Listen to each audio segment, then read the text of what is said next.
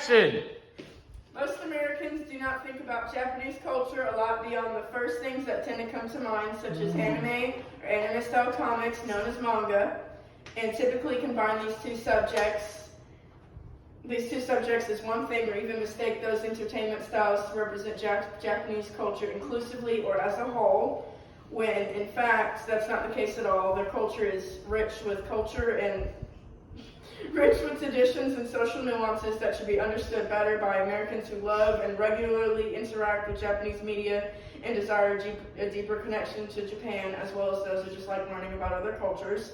In fact, anime, though not 100% an accurate representation of Japanese culture, is slowly but surely affecting American culture as well. I'm talking about this today because there's a very key difference between American communication styles and Japanese communication styles, as is often with Eastern and Western worlds. The way Japanese people communicate is almost the exact opposite of how Americans communicate, and there are a few single explanations for this. Instead of being incredibly dominant and using the take over the room style of communication, Japanese communication directly lies in the art form of subtlety, i.e. nonverbal cues or body language, and hidden meanings behind their language or choice of words, instead of saying exactly what they mean as Americans and other Western cultures do. A quick Google search will immediately tell someone the do's and don'ts of Japanese communication based on if someone was visiting Japan, or they were interacting with Japanese businessmen, or just anything to do with what to do in Japan, like you would search for any foreign country you're going to go do something with.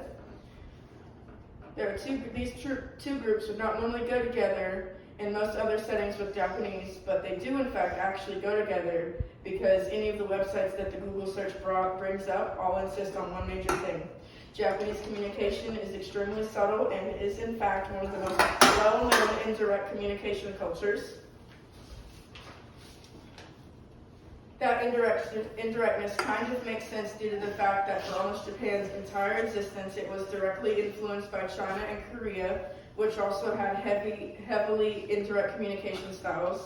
According to Nina Evison, a researcher for a leading cultural research website, Cultural Atlas, one of the reasons that Japanese communication is so indirect and nonverbal relies on one of the core concepts of Japanese society, which is known as harmony, or being in the collective, getting along with everyone, making sure everything works as like a well-oiled machine, and honor. The Japanese sense of harmony, honor. It is considered to be for example, it is considered to be someone who is very team-focused because it is seen as being an asset to society and being productive. Hence, even if someone disagrees with what you're saying, or if you want to say no to doing something, one of the biggest factors in saving face or being honorable is going to be running someone in circles with your words, or beating around the bush. So instead of flat out saying no or disagreeing, indirect communication requires ambiguous language. This will directly tie back to the increasing ways Japanese culture is affecting Americans. So next time you're sitting where you would be watching anime or interacting with other Japanese media, especially if you're watching it in Japanese with subtitles, look for the indirectness that they use and the way they choose their words, although it will be a bit more blatantly obvious in a TV show, instead of as ambiguous as a normal person would be talking, because you can look at those little subtle cues and differences.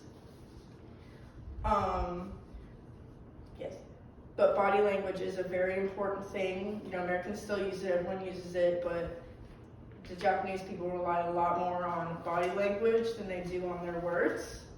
For example, so we don't normally think about eye contact being a rude thing, because in America and a lot of Western cultures, making eye contact with people is seen as you're hearing them, you're active in the conversation, you're respecting them. But in Japan, it makes them extremely uncomfortable and anxious, and it also seems kind of intimidating or even hostile.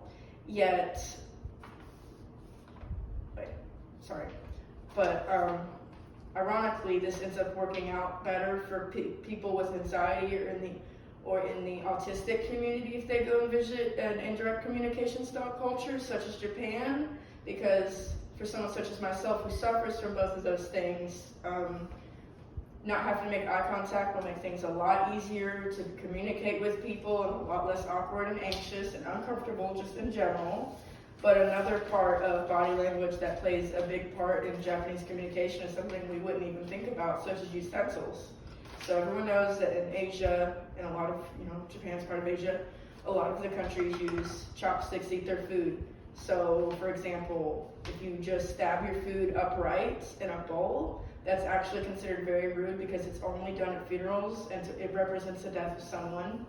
Or if you pass food to someone with your chopsticks, that's also seen. That's seen as going against the collective or harmony or saving face because it's seen as PDA because it should only be done between couples in private or on a date. Or you're feeding your child because they don't know how to use chopsticks yet or something along those lines. And then another thing, if we go back to the original hidden meaning with the words, you can see an example of this between an exchange that was discovered by Indy Malinsky and Melissa Hahn, who were two writers for a Harvard Business Journal, as they were talking about what happened between, it's a direct correlation with the communication styles between Japanese businessmen and American businessmen. So, for example, an American businessman reached out to the Japanese company and he told them, we're going to install your new computer systems on this date in September, and then everything should be working out well. But then the Japanese person responded, oh, we're very eager to hear that. We're very eager to hear that.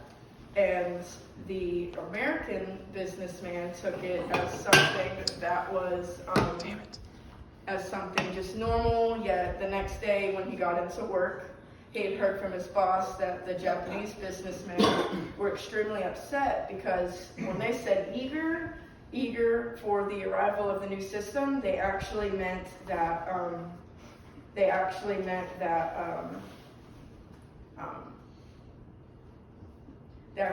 were very anxious for the system to be implemented because they needed that system as soon as possible to start working on it and getting their work up to date as well as their files.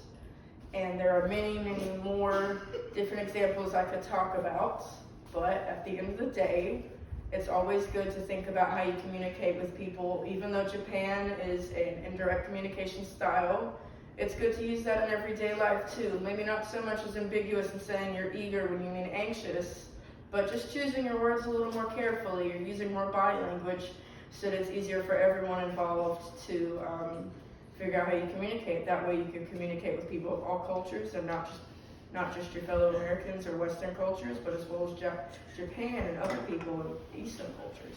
Thank you for coming.